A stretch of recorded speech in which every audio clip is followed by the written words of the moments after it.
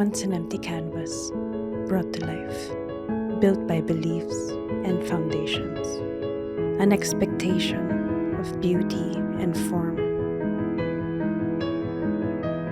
But not all is for everyone to see. The discipline, the repetition, the strokes, the overflow. In the end, only for him to see. Rhythms of Grace.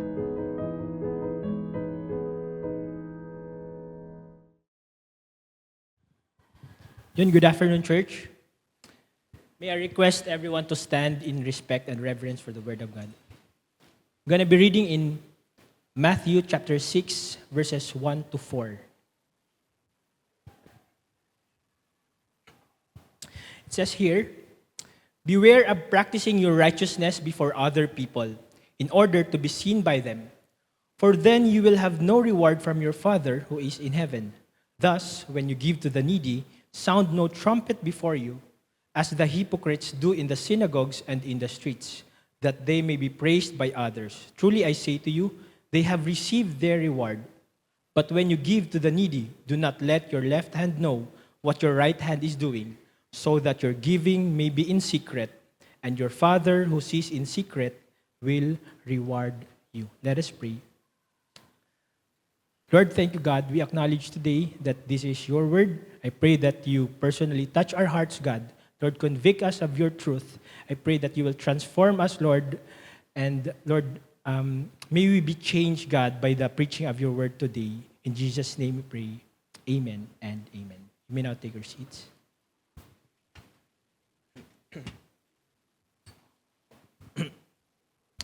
So this afternoon, we're going to be starting a brand new series entitled The Rhythms of Grace. Itaton life, these are full of rhythms. Parang bakit ito? Aton work, aton studies, the demands of life, business, relationships. These are full of mga patterns or rhythms. And what about when it comes to our walk with God? In this series, we will explore personal and spiritual rhythms that draw us closer to Christ.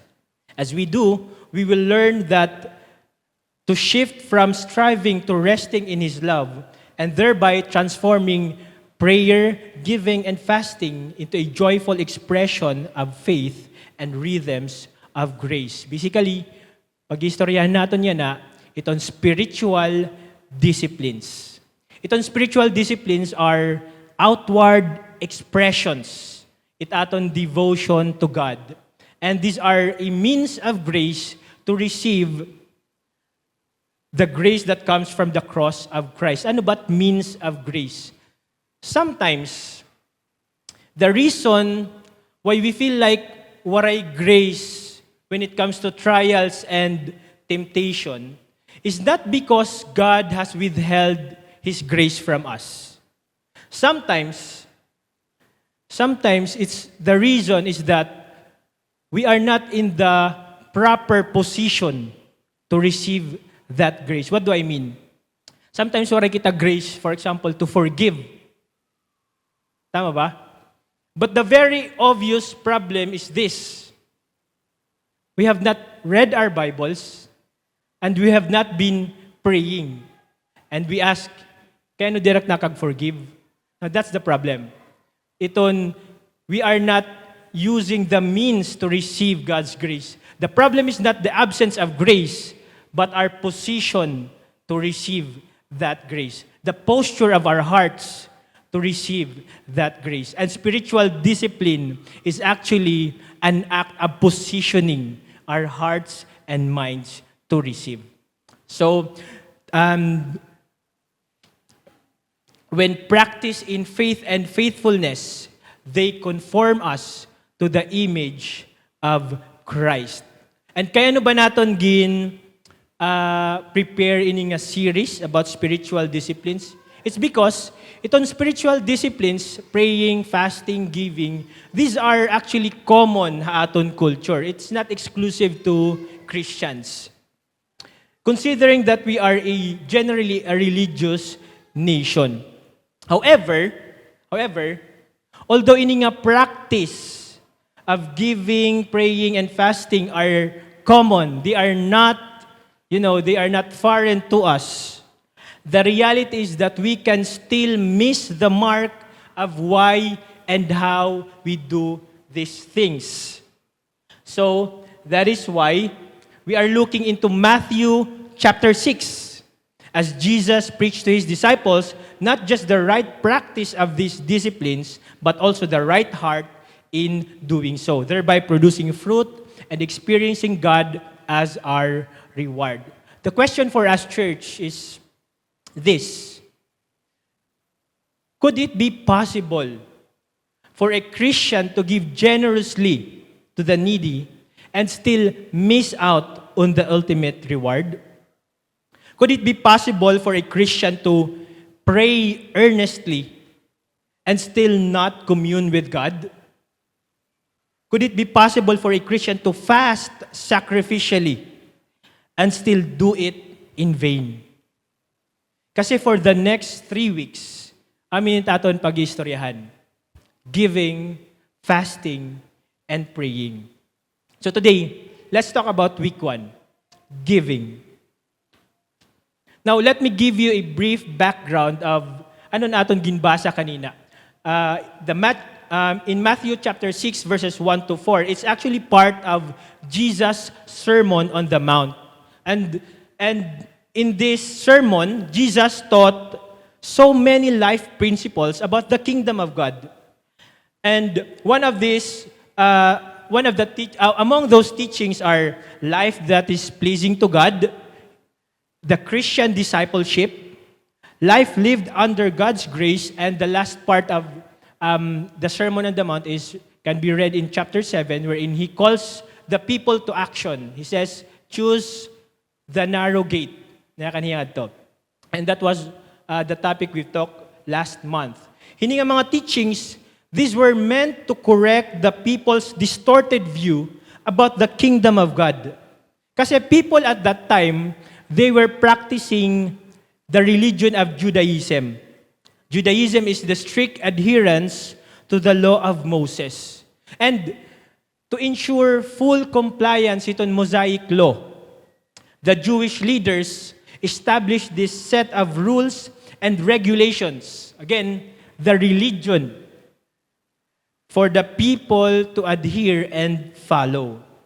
However, the problem iton Judaism is that they made the law of God so complex and complicated that it diluted the real intent by which God made those laws.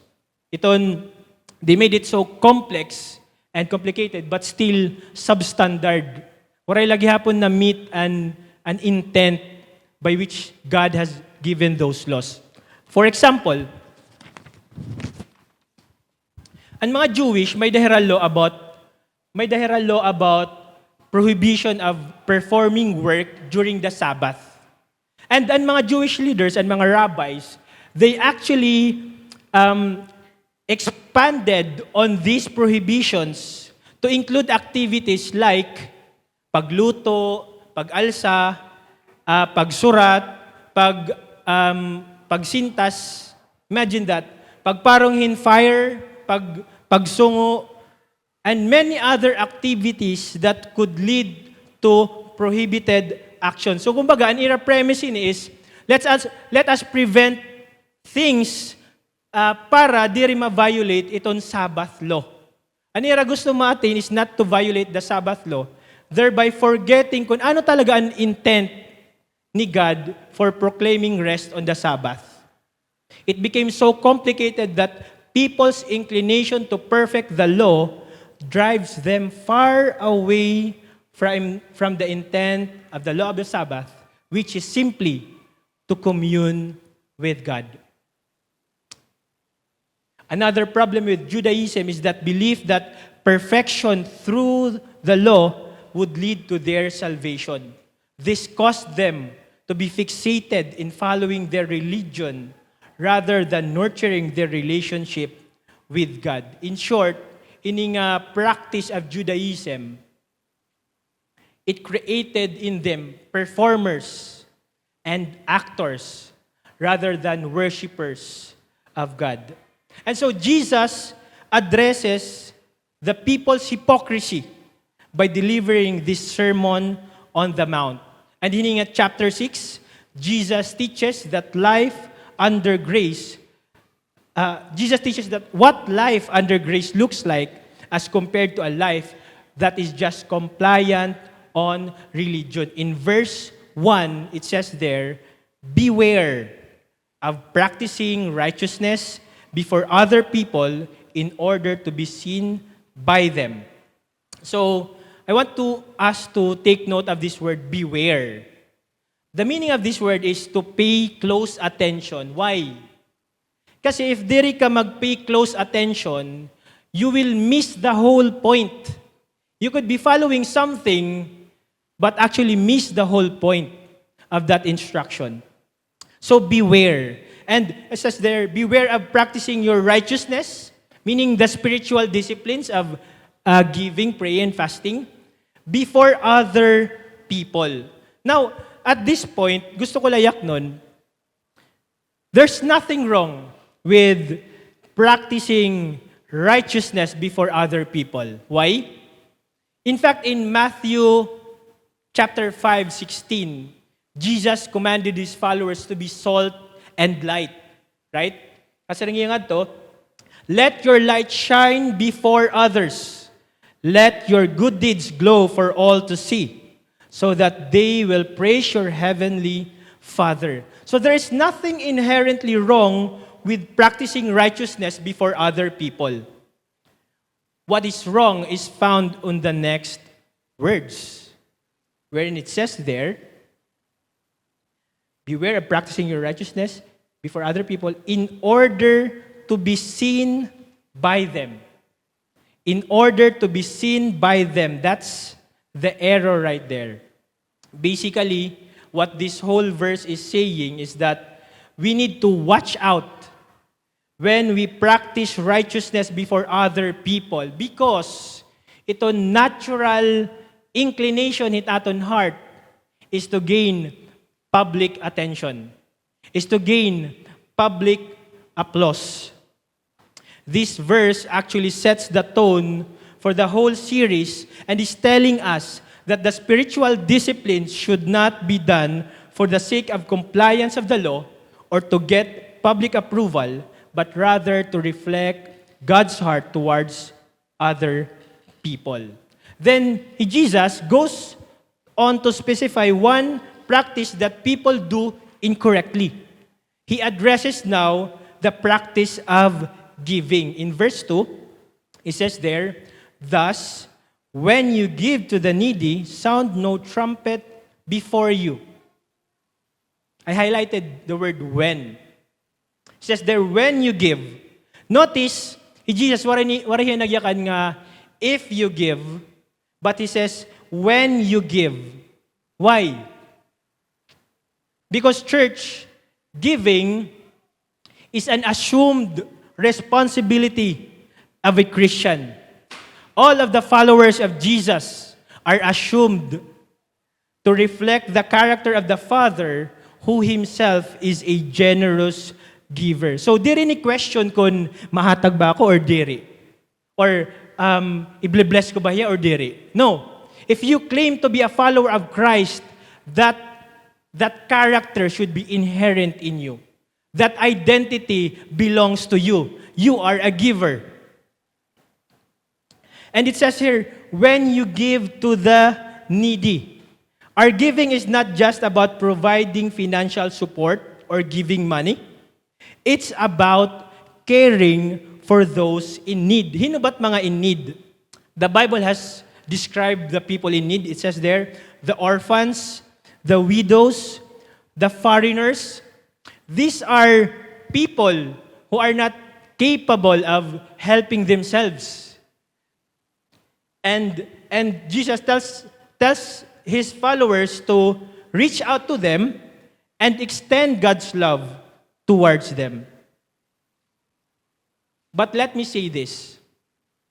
I believe Jesus also wants us to be discerning in our giving.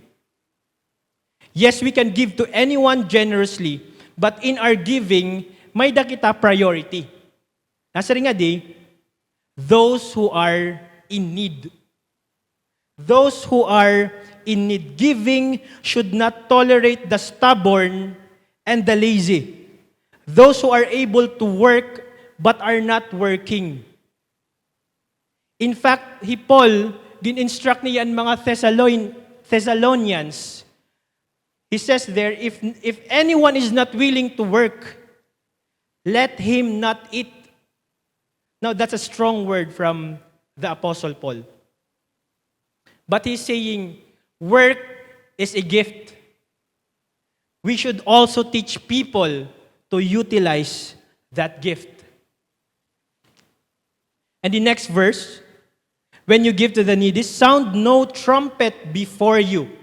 Sound no trumpet. Again, there is nothing inherently wrong in making public your good deeds. In fact, nga diha victory, we actually document our outreach activities. We make it public. We do post itaton mga praise reports because we want people to know that God is gracious and God is faithful.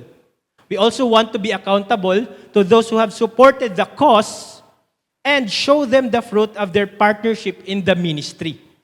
And lastly, why we make it public is because we want to encourage more people to participate in the mission and make godly impact in their communities. But what does it mean here to sound the trumpet? Obviously, this is a metaphor.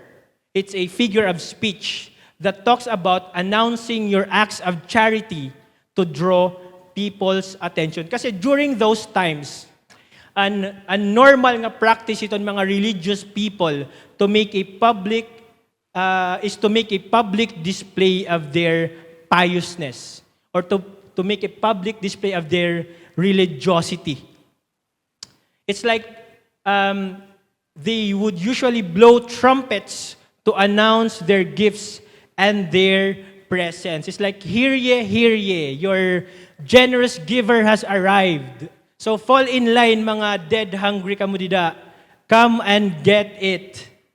Amotira manner of announcing their arrival. So making an intentional display of righteous acts to gain public applause. Yan na,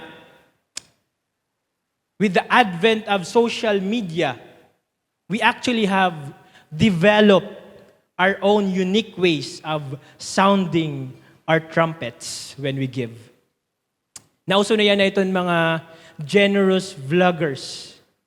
If nakasubscribe ka, Mayra, they are creating content on their acts of generosity and charity. And it's very common. We usually see this in social media posts nga, while itong giver, hand over niya itong loot bag or duha ka sakon bugas. He takes out his phone, take a selfie, upload the photo using the hashtag feeling blessed to give. Some of us have done that, right? And we usually, but when we think that, ito itong mga obvious nga sounding the trumpet.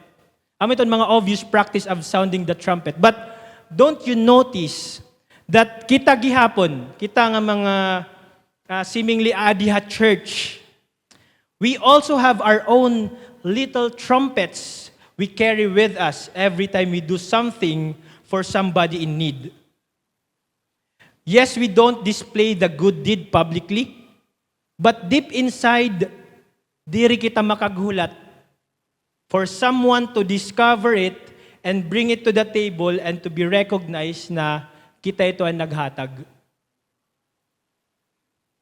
We cannot wait to tell somebody about the good deed we have just done.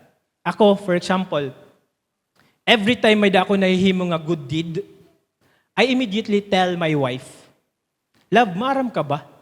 Ginpalitan kong lunch kuan." Or love, nag-send ako hin money in this amount. And love, nag-thank you pagod hiya. Now, this is not just to tell my wife nga waray na ako budget. But this is actually to express na I am a giver.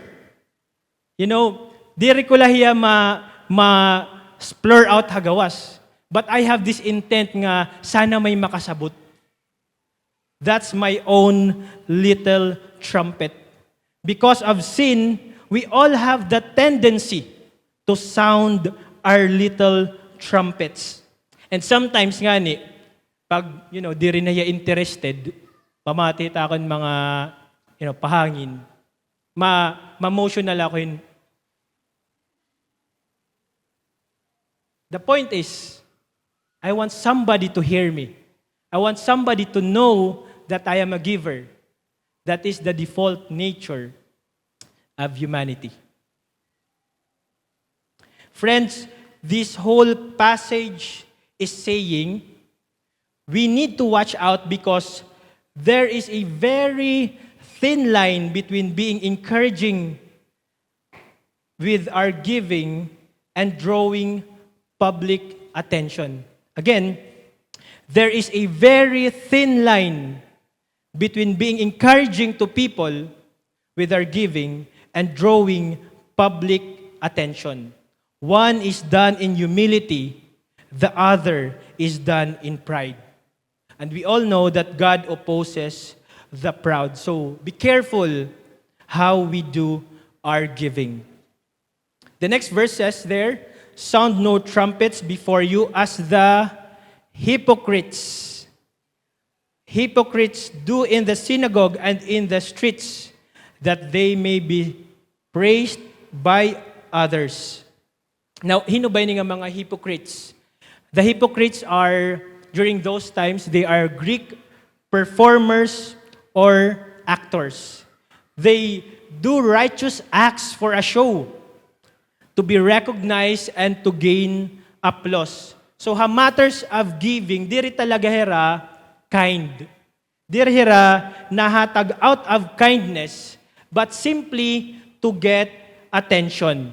They don't actually mind who receives their gift as long as people will see their good action. Yan nga election season. Damo yan na ito mapakilala nga, Mr. Mapagbigay. Sounding the trumpets of relief operation, medical mission, Hermana Mayor, 2 sacks of rice, etc. Right? The primary motive is to be seen and be praised by men.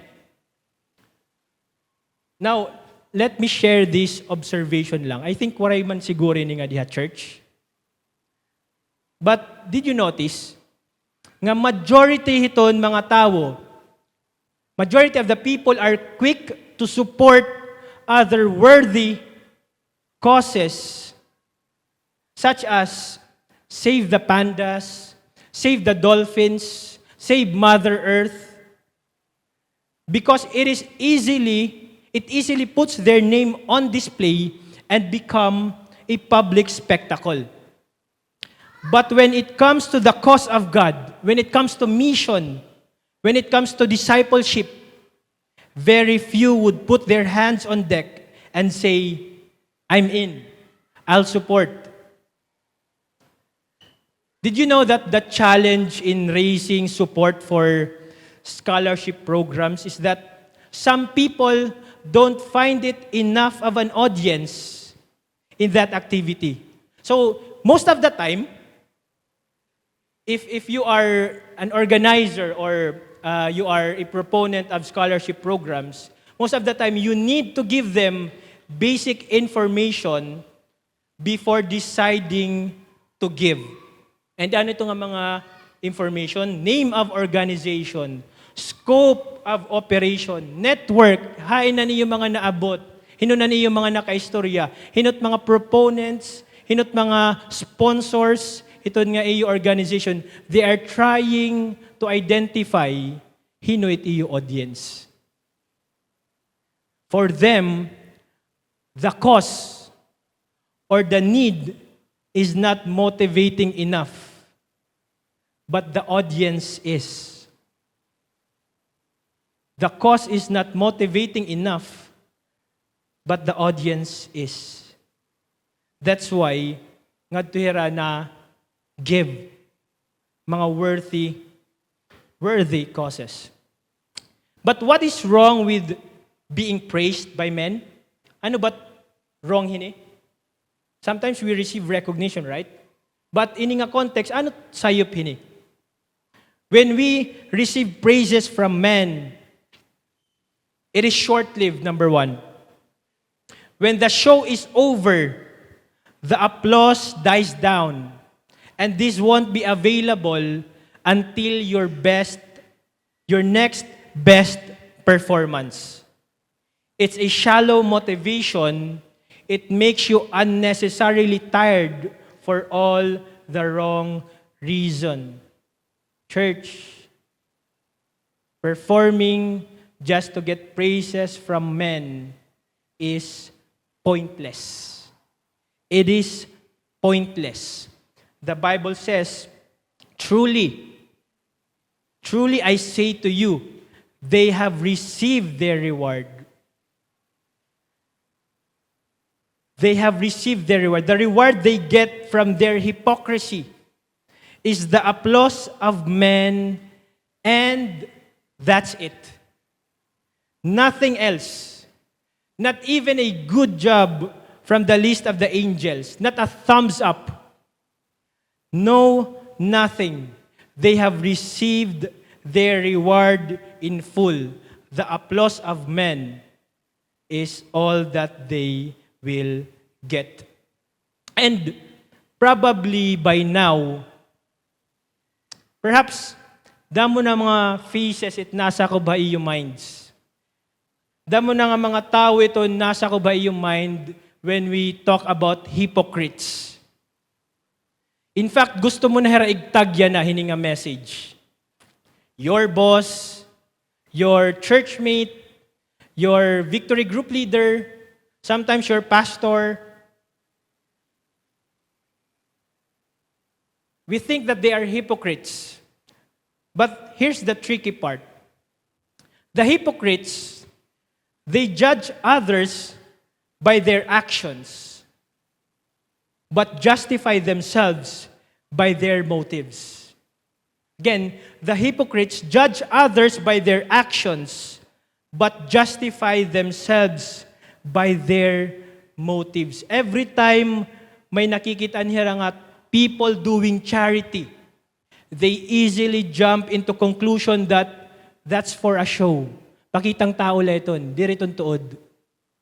Pero kung hira, if every time hira ito naghihimo iton charity,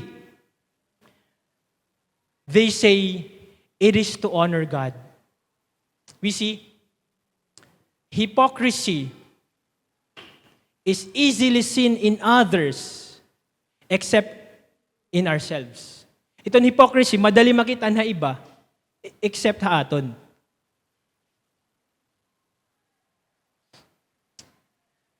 And diri ba ito nakikita natin nga disparity? In short, ini nga message tells us that we are all hypocrites. Look at the person next to you. Yeah, ayaw. Fix na lang, okay? Pero the message is clear. We are all hypocrites. The message is for all of us. So, paano? Paano ba maghatag nga diri kita matatawag nga hypocrite? What is the right manner in giving? The next verse tells us, but when you give to the needy, do not let your left hand know what your right hand is doing, so that your giving may be in secret.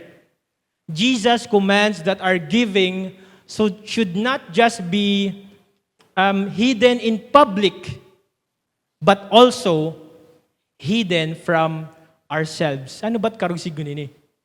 Do not let your left hand know what your right hand is doing. Karugsigon ba ito? Pag nagsusurat kang cheque, dapat mapiyong ka talaga? Or kung may dakagin kaptan nga money, dirihiya po idigsuksok ha left pocket kasi magkakaalaman. Sukat ba ito meaning ini?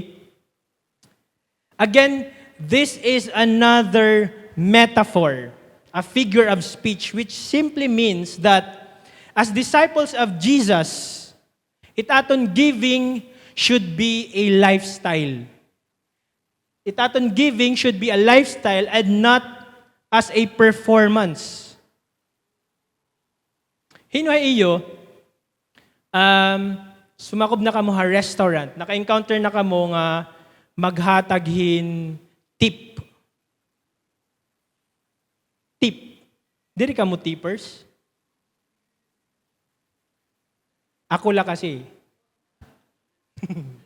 Humble. Humble kasi ako eh. Balitaw, if you go to a restaurant, sometimes di ba naghahatag kin tip? And this is usually done in secret. Waray man nakasabot. Pero, who among you would actually double check kung ginkuwahan server an imo tip? Ito nga ni nga, naghatag kan tip. Marami lang ikaw naghatag, tapos malakat ka na kung talos, pero ma-quick glance ka.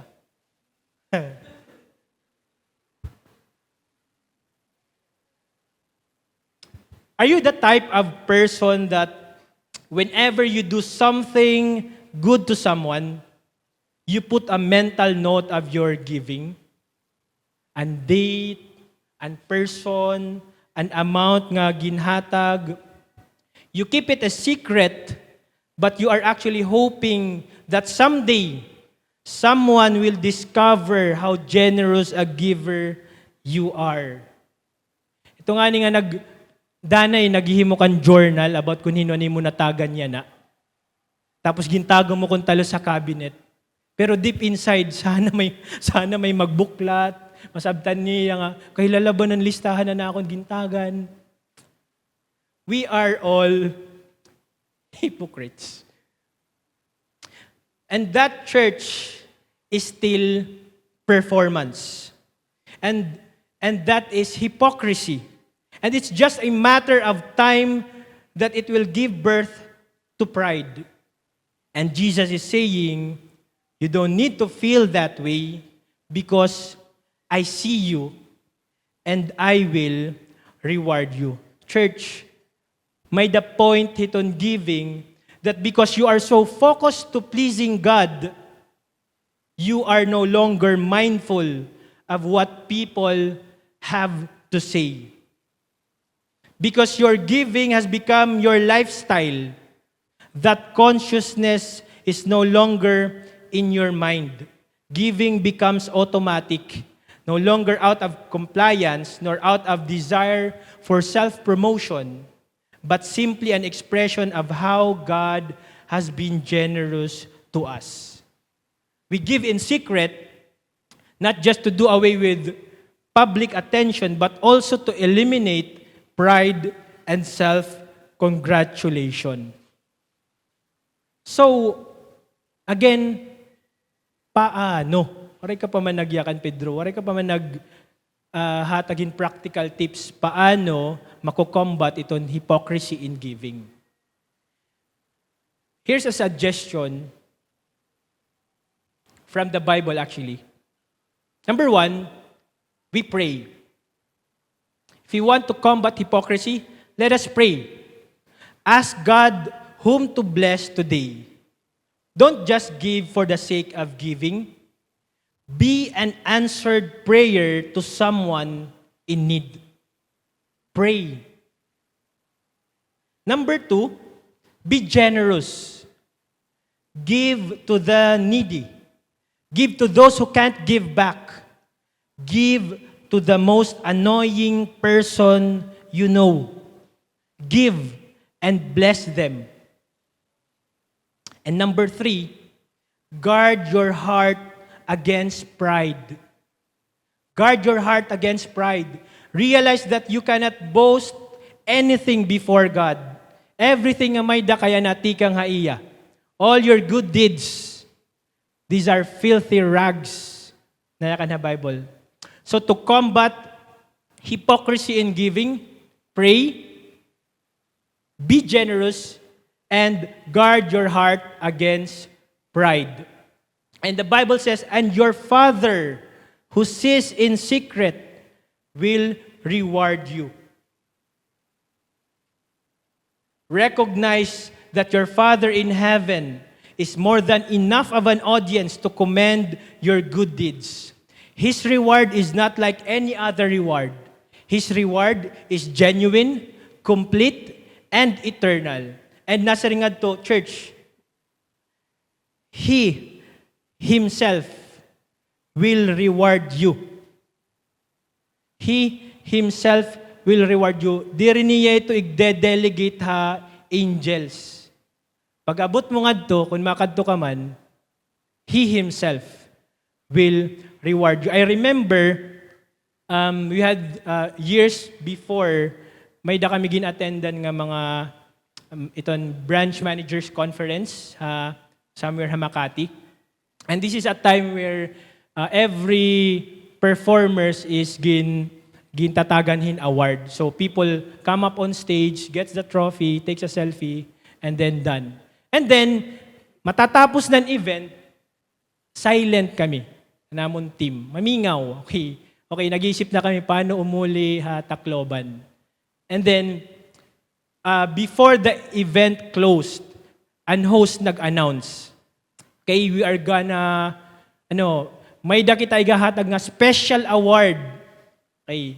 This is on the spot la naisip, but this is a special award to be given by no other than the chairman himself. And, tada, they call our names. Okay, my name.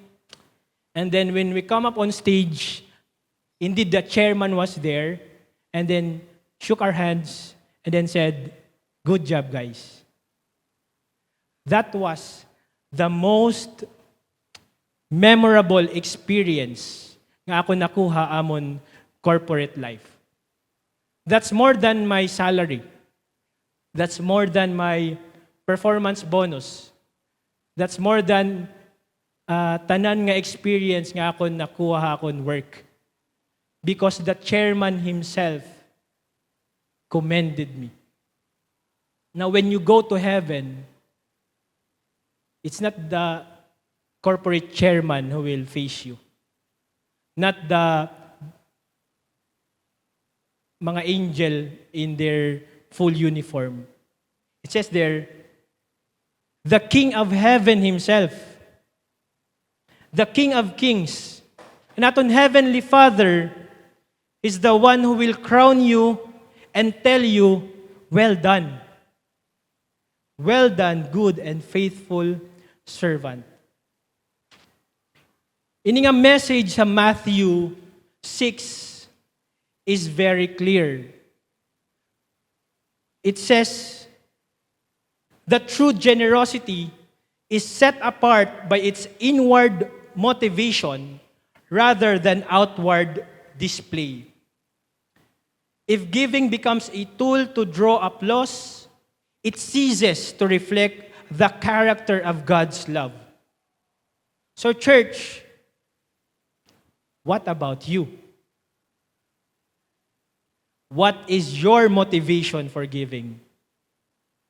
Or should I say, who is your motivation for giving? Who is your audience? Kanay applause, iti mo gini-expect when you give. In the Bible, there's a story of the widow's mite, wherein tanan nga mga parishioners, nakadtuha sa corner, nahatagan ira bags of treasures, and then they, paghatag nira, putos ito nira gold and coins, igsusugad pa nira.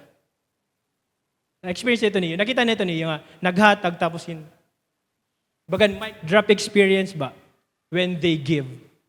But then, wala ito na-notice ni Christ. What He noticed is this woman who had these 2 small copper coins. And then, she gave, we think nga, okay, 50-50, ito sa ihatag niya, ito sa gagamitin niya for survival. No. He gave everything. She gave everything. And this is what Jesus said. Truly, I say to you, this poor widow has put in more to the treasury than those who have given much. Kasi this widow gave out of her poverty, while the other gave out of their excess. Church, Jesus, our Father, sees our giving. He sees it in secret, and He honors it. Biblical giving is an outward expression of a heart transformed by grace. And it mirrors a heavenly Father who so loved the world that He gave His only one Son. That's in John 3:16. The Father so loved the world that He gave His one and only Son. Church, the height of hypocrisy in giving is when we look to ourselves as the source. When we do acts of charity, hino ba't aton gimpropromote? Is it really God? Or is it ourselves? The antidote for hypocrisy, church, is still the gospel. Realize today that it is the Father's initiation to give that we are able to give. And because He gave His all, Jesus at the cross, the Father's love put on full display. I find no other worthy audience than in His presence. Because Jesus gave it all, there is no other worthy audience than His presence. In this rhythm of grace of giving, the question is, will you rest in Him today? Will you follow in His footsteps? Will you follow His rhythm? Let's stand on our feet as we pray.